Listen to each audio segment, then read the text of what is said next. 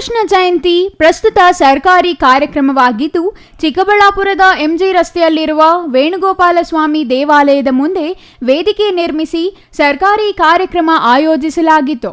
ವೇದಿಕೆ ಕಾರ್ಯಕ್ರಮಕ್ಕೂ ಮೊದಲು ವೇಣುಗೋಪಾಲ ಸ್ವಾಮಿ ದೇವಾಲಯದಲ್ಲಿ ದೇವರಿಗೆ ವಿಶೇಷ ಅಲಂಕಾರ ಮಾಡಲಾಗಿತ್ತು.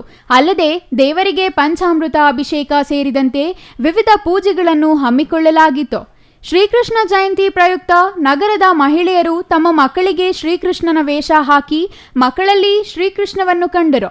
ಬಾಲಕೃಷ್ಣ, ಮುದ್ದು ಕೃಷ್ಣ ಸೇರಿದಂತೆ ಎಲ್ಲಾ ಬಗೆಯ ಕೃಷ್ಣರು ವೇಣುಗೋಪಾಲ ಸ್ವಾಮಿ ದೇವಾಲಯದಲ್ಲಿ ತುಂಬಿ ಕೃಷ್ಣನ ಲೀಲೆಗಳ ಜೊತೆಗೆ ಕಲರವವೇ ಏರ್ಪಟ್ಟಿತ್ತು.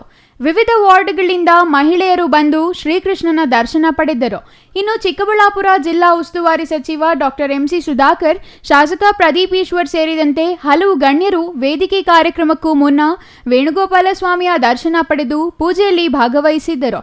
ನಂತರ ಶ್ರೀಕೃಷ್ಣನ ಉತ್ಸವ ಮೂರ್ತಿಯನ್ನು ನಗರದ ಪ್ರಮುಖ ಬೀದಿಗಳಲ್ಲಿ ಅದ್ದೂರಿಯಾಗಿ ಮೆರವಣಿಗೆ ಮಾಡಲಾಯಿತು.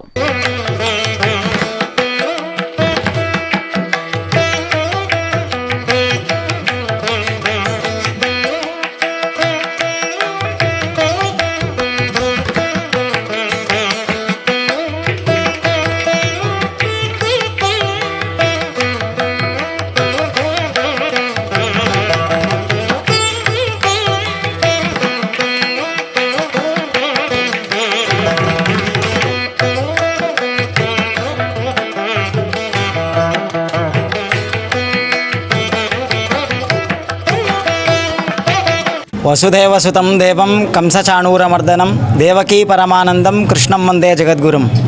ಶ್ರೀ ವೇಣುಗೋಪಾಲ ಕೃಷ್ಣಸ್ವಾಮಿ ದೇವಸ್ಥಾನ, ಎಂಜಿ ರಸ್ತೆ, ಚಿಕ್ಕಬಳ್ಳಾಪುರ.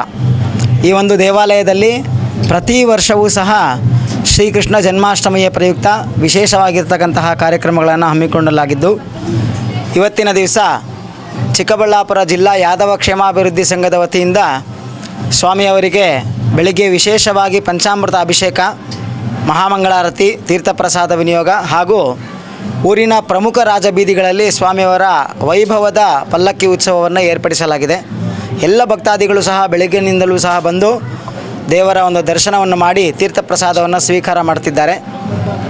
ಇವತ್ತಿನ ವಿಶೇಷ ಶ್ರೀಕೃಷ್ಣ ಜನ್ಮಾಷ್ಟಮಿಯ ಪ್ರಯುಕ್ತ ಈ ಒಂದು ಕಾರ್ಯಕ್ರಮಗಳನ್ನು ಮಾಡಿ ಸಂಜೆ ಮಹಾಮಂಗಳಾರತಿ, ತೀರ್ಥಪ್ರಸಾದ ವಿನಿಯೋಗ ಏರ್ಪಡಿಸಲಾಗಿದೆ.